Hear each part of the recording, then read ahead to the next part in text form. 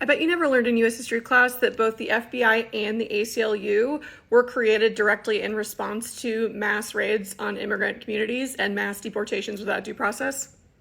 The context is just the general chaos that was the year 1919 in US history. It's the end of World War I. It's the tail end of this global flu pandemic. We have millions of soldiers returning home. We have increased diversity in the cities and the factories.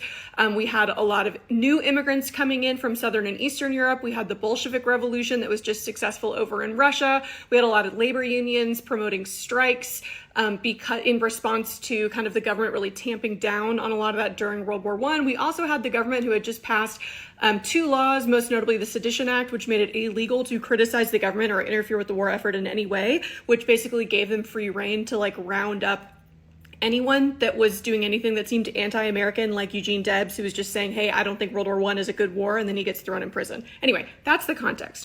Then there were a series of attacks in 1919. Bombs were sent to prominent officials' homes. They got traced back to this fringe anarchist group. And the Attorney General, Mitchell Palmer, who was also eyeing a presidential run in 1920, so he wanted to make a big name for himself, he emboldened a new kind of member of the Justice Department to create a new organization that would root out any potential kind of enemies from within. And he put in charge a guy named J. Edgar Hoover.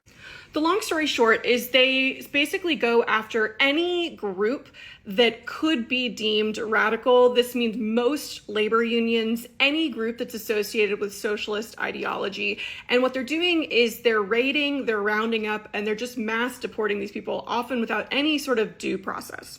For example, the first ship that had a few hundred suspected radicals on it leaving the United States, they were being deported directly to the newly formed Soviet Russia. This included people like Emma Goldman, was deemed the Red Ark, like, get out of here, you Reds. And again, we're not just deporting them, we're sending them to Soviet Russia. Again, most of them have not been convicted of anything.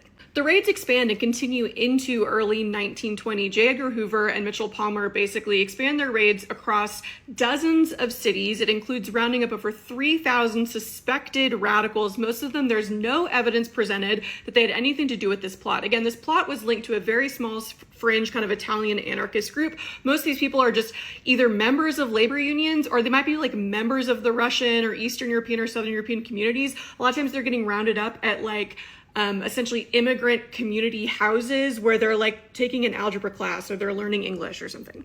Many of the detainees were held without access to a lawyer for months.